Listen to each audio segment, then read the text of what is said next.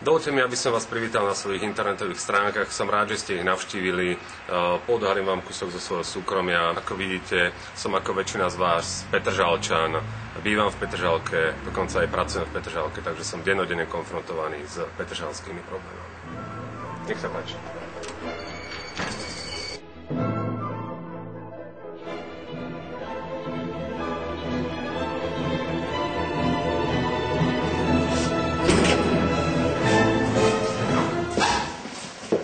To je taký medzivchod, nevšimajte si to zariadenie, tu mám bicykel, s ktorým rád chodím na hrádzu.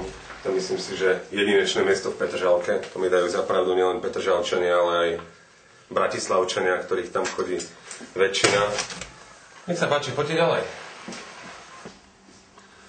Keď živím na 7. poschodí, ten výhľad je skutočne vynikajúci. Vidím na hrad, vidím na celú dominantu mesta, vidím aj na paneláky, ale našťastie vidím aj na zeleň, ktorej síce moc veľa nie je, ale našťastie ešte nejaká zostala. Tak verím, že už ďalej sa Petržalka nebude zahusťovať, ale skôr naopak, tá zeleň sa bude revitalizovať, rekultivizovať a budeme robiť všetko preto, aby jej tu bolo nie menej, ale viacej, ako je tu v súčasnosti.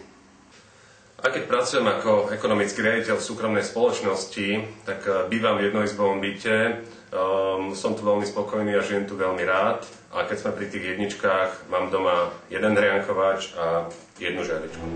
Vždy, keď mám trošku voľného času, idem pozrieť príbuzných. Tuto býva moja babka. Moji rodičia žili ešte donedávna v Petržalke, predčasom ale predali byt a odsťahovali sa.